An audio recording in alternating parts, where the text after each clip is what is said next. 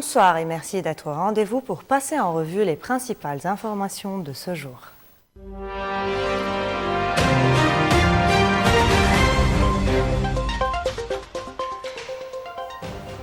Le juge d'instruction Tarek Bitar s'est rendu en Bulgarie pour interroger en personne le propriétaire du navire Rosus à l'origine du changement de chargement de nitrate d'ammonium qui a conduit à la catastrophe de 2020.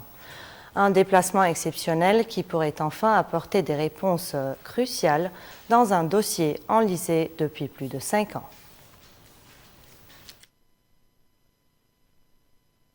C'est un déplacement qui pourrait marquer un tournant dans l'enquête sur l'explosion du port de Beyrouth. Le juge Tarek Bitar est arrivé à Sofia pour interroger le propriétaire de la Rosus, le navire qui transportait les tonnes de nitrate d'ammonium à l'origine de l'explosion meurtrière du 4 août 2020.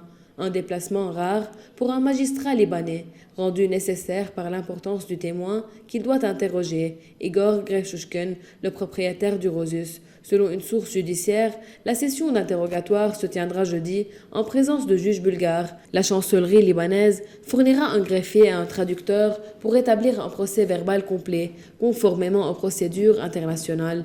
Au centre des interrogations, qui a commandé et financé le transport de nitrate d'ammonium, pourquoi la cargaison s'est-elle retrouvée à Beyrouth? Et surtout, était-ce la destination réelle du navire? Des questions cruciales que les autorités libanaises espèrent enfin éclaircir grâce à la disposition de Greshushkin.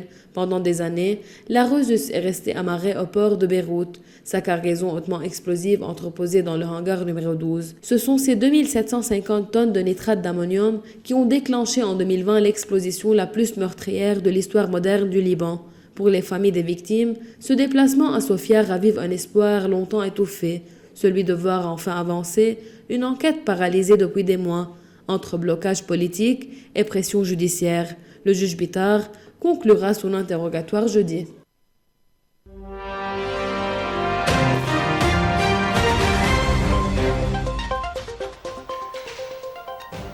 En Syrie, 1 an après la chute de Bachar el-Assad, d'anciens lieux de torture et de détention se transforment en décors de tournage. À Mézé, à la branche palestinienne ou même à Saïdnaïa, des réalisateurs syriens filment aujourd'hui des séries qui racontent les dernières heures du régime. Un geste artistique inédit sur les ruines encore sensibles d'un pouvoir qui a régné par la peur.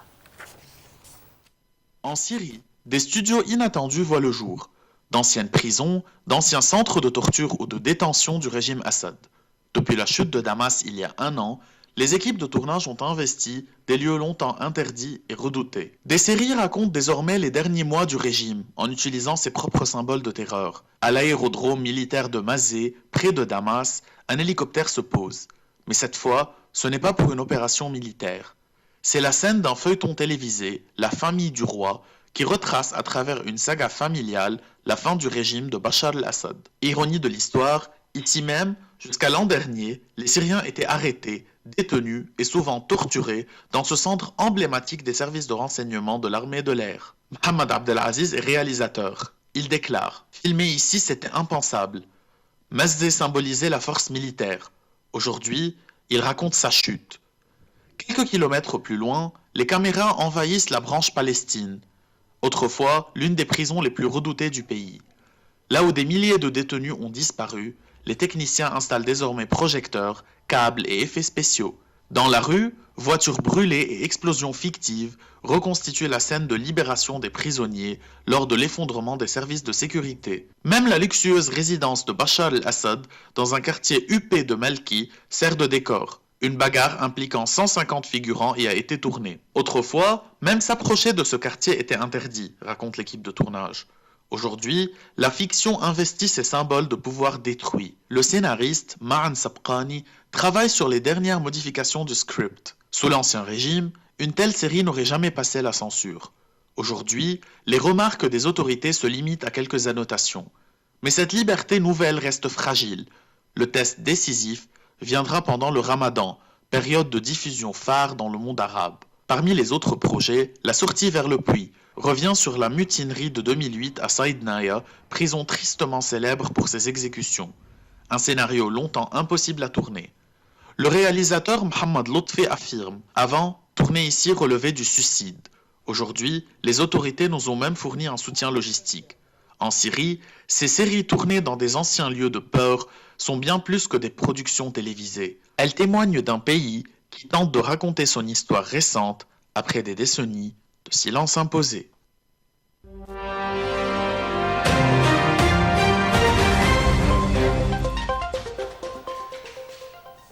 Washington franchit un nouveau cap dans sa confrontation avec Caracas. Le président américain Donald Trump a ordonné un blocus total visant tous les pétroliers placés sous sanctions et se rendant au Venezuela ou en partant accusant le régime de Nicolás Maduro de financer des activités criminelles et terroristes grâce au pétrole.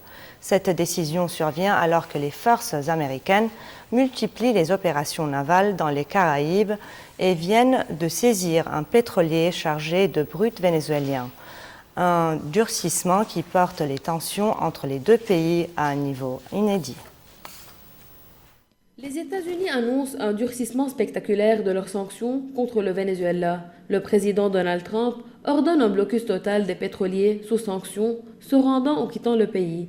Objectif affiché, asphyxier le régime de Nicolás Maduro, qu'il accuse de financer le narcotrafic. Depuis des mois, Washington déploie navires, avions de surveillance et opérations maritimes visant des embarcations soupçonnées de transporter du pétrole ou de la drogue. Et désormais, une nouvelle escalade. Donald Trump ordonne un blocus total et complet de tous les pétroliers sanctionnés. Sur son réseau Truth Social, le président américain accuse Caracas d'utiliser les revenus pétroliers pour financer le narcoterrorisme et affirme que le régime vénézuélien a été désigné comme organisation terroriste internationale. Des accusations explosives immédiatement rejetées par le gouvernement Maduro. Caracas dénonce une menace grotesque et accuse Washington de vouloir s'emparer des ressources pétrolières du pays. Le Venezuela, sous embargo depuis 2019, écoule aujourd'hui une grande partie de son brut sur le marché noir, notamment vers la Chine.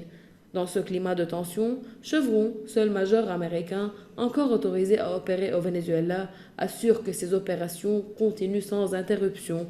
Une position délicate, alors que le secteur pétrolier vénézuélien dépend en partie de son expertise.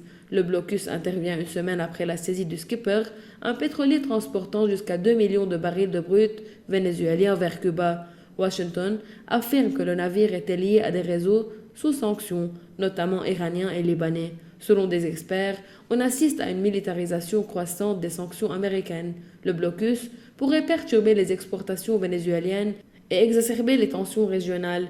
Du côté de l'opposition vénézuélienne, María Corina Machado, prix Nobel de la paix 2025, applaudit la décision américaine et appelle à maintenir la pression pour pousser Maduro à quitter le pouvoir. Ce blocus marque une nouvelle étape dans la stratégie offensive de Washington. Il pourrait créer une onde de choc économique au Venezuela, déjà plongé dans une crise profonde, tout en faisant monter les risques d'incidents maritimes dans les Caraïbes. Pour l'heure, Caracas affirme qu'il n'entend pas céder aux pressions américaines.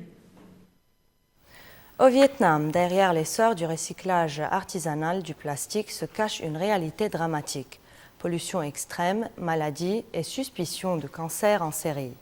Dans les villages proches de Hanaui, des milliers d'habitants trient, fondent ou brûlent des déchets venus du pays mais aussi de l'étranger au prix de leur santé et d'un environnement empoisonné. Une enquête bouleversante sur l'envers d'une industrie présentée comme écologique mais qui tue à petit feu ceux qui en vivent. Plusieurs villages spécialisés dans le recyclage artisanal du plastique vivent dans une situation alarmante. Pollution extrême, eau contaminée, fumée toxique et de nombreux habitants frappés par des maladies graves, parfois mortelles. Derrière l'économie du plastique recyclé, une crise sanitaire silencieuse se joue près de Hanoï. Au sud de Hanoï, la vie tourne autour d'un seul matériau, le plastique. Des tonnes de bouteilles, emballages, sacs arrivent ici chaque jour.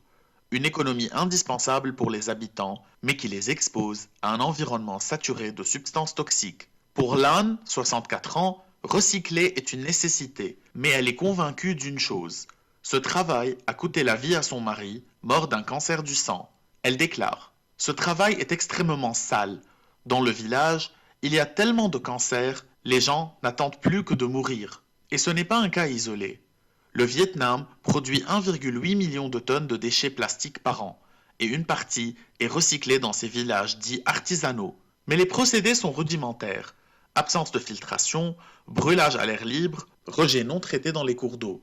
Selon la PNUD, le contrôle de la pollution est quasi inexistant. À Minchai, un autre village du plastique, des analyses ont révélé des taux dangereux de plomb, dioxine et furane, des substances liées à des cancers. L'espérance de vie y était inférieure de 10 ans à la moyenne nationale.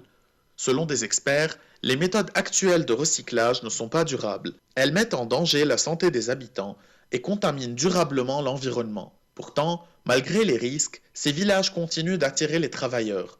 Le recyclage reste une source de revenus rare, souvent la seule. Face à l'ampleur du problème, les autorités vietnamiennes tentent d'encourager la modernisation du secteur. Mais la pollution continue de détruire la santé des habitants. Dans ces villages, recyclant le plastique du monde entier, l'or récupéré n'a parfois qu'un prix, celui des vies brisées. En note finale et au cœur des jungles du Népal, une course contre la montre s'engage. Des centaines d'hommes et des femmes arpentent les réserves naturelles du pays pour un objectif ambitieux, recenser chaque tigre royal du Bengale, une espèce emblématique mais menacée dont la survie dépend désormais de ses efforts acharnés. En 2010, le Népal se fixait un pari fou, tripler sa population de tigres en 10 ans. Pari gagné. Aujourd'hui, 355 tigres sauvages foulent les sols népalais, contre à peine 121 il y a 15 ans. Un succès qui dépasse les frontières. Dans le monde, leur nombre est passé de 3200 à plus de 5500 spécimens en 2023, selon le World Wide Fund for Nature. Mais la bataille est loin d'être terminée. Cette fois, c'est un recensement d'envergure qui est lancé. Plus de 2300 caméras, 250 agents mobilisés et 8000 mètres carrés de réserve passés au peigne fin. Le parc national de Chitwan, joyau du sud du pays, ouvre le bal. Puis viendront Banké, Bardia et Chuklafanta.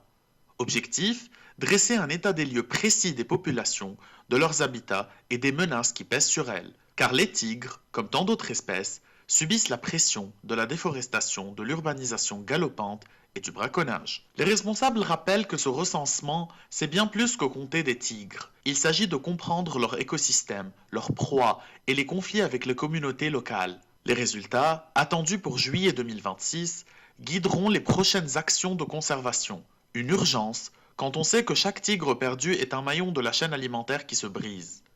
Le Népal prouve que la protection de la nature porte ses fruits. Les rhinocéros, autrefois au bord de l'extinction, sont aujourd'hui 752.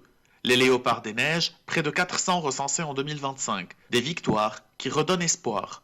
Mais pour les tigres, chaque jour compte. Avec ses rayures flamboyantes et sa puissance légendaire, le tigre du Bengale est bien plus qu'un prédateur. C'est un architecte de la forêt. En régulant les populations d'herbivores, il maintient l'équilibre des écosystèmes. Sans lui, la jungle s'asphyxierait, les proies pullulent et les maladies se propageraient. Sa présence est un indicateur de santé pour toute la biodiversité. Mais au-delà de son rôle écologique, le tigre est un symbole, un héritage culturel pour les communautés locales, une fierté nationale pour le Népal et un trésor pour toute l'humanité. Sa disparition serait une perte irréparable, bien au-delà des frontières de l'Asie. C'est ici que s'achève notre journal. Merci de votre fidélité. Suivez-nous sur nos réseaux sociaux francophones et à très bientôt.